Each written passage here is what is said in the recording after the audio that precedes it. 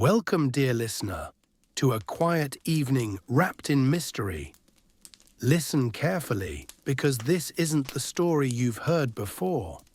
The Bible tells us of 10 plagues in Egypt, terrible and mighty. But what if I told you there was an 11th? Or rather, a 13th? A plague so strange, so silent, it was erased from every scroll, every hymn, every prayer. The elders in the village of Al-Qatar still whisper of it, but only when the wind carries the desert dust just right.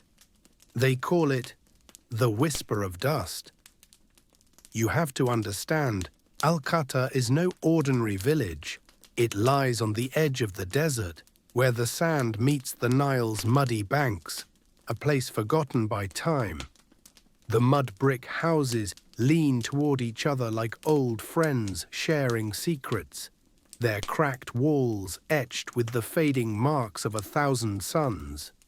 In the heart of the village stood the Temple of Ra, a towering statue carved from sun-baked sandstone. It was not grand like the pharaoh's monuments, but haunting in its simplicity. A stoic figure with eyes like polished onyx, lips sealed tight as if guarding a forbidden truth. Its hands rested gently over its chest, fingers entwined in a gesture no one could explain. This statue, they say, wept blood once, and not just any blood, dark, thick, as if the desert itself was bleeding. The story begins with a boy named Azrael, a Hebrew child born on the very night the Nile turned to blood. Pale as moonlight and silent as the stars, he was never like the other children. His eyes held shadows deeper than the darkest night, and when he walked, his footsteps left no trace. At 7 years old, during a furious dust storm that swallowed the horizon, Azrael vanished. For 3 days the village searched, but when the storm passed, he returned. Not quite the same. His voice was a whisper of the wind, and his eyes seemed to see beyond the veil of this world. "I have seen the hand behind the veil," he said, voice cracking like dry twigs. He was not alone. No one understood what he meant.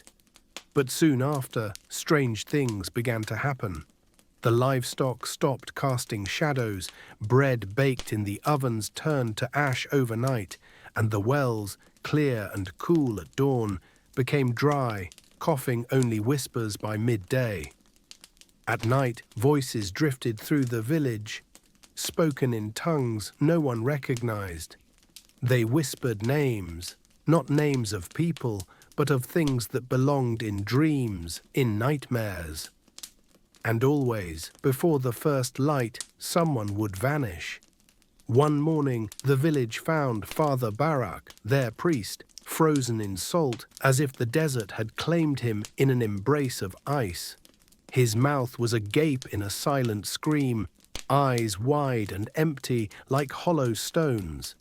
They buried him beneath the temple's shadow, but every year, on the anniversary of his death, a thin layer of salt crystals rose from the earth, glittering like a frost that never melts. The most haunting part of the tale came 3 days before Azrael disappeared again. This time for good. The villagers found a scroll tangled in the reeds by the Nile. It was unlike any they had seen, ancient papyrus, fragile as dried leaves, but strangely warm to the touch. It bore no words, only faint ridges, like someone had pressed symbols into it and then erased them. When the wind blew through the reeds, the scroll seemed to hum, a faint vibration that set your teeth on edge. And that same day, the statue of Ra began to weep blood, slow glistening tears that stained the dusty courtyard red. The villagers watched in horror, hands clasped in prayer, as the blood pooled at the statue's feet, mingling with the dry sand until the ground itself seemed to pulse with life.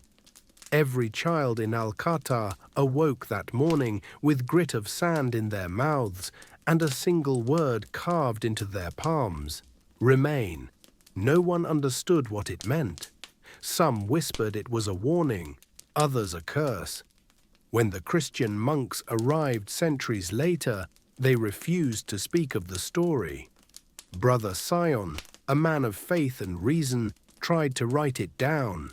His manuscript, sealed in leather and ink, caught fire in his very hands before he could finish. Found on his knees, eyes burned clean from their sockets, he murmured one last phrase.